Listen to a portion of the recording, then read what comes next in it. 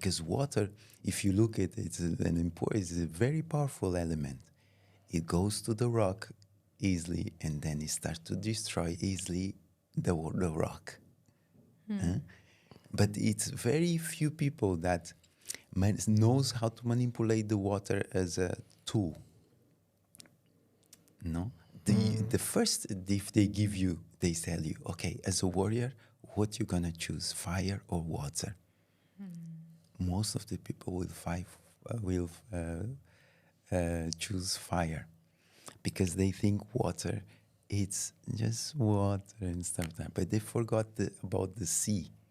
They forgot about the hurricane, all of these wind things, all of this nature, this alchemy, how it works. So physically, it's the same.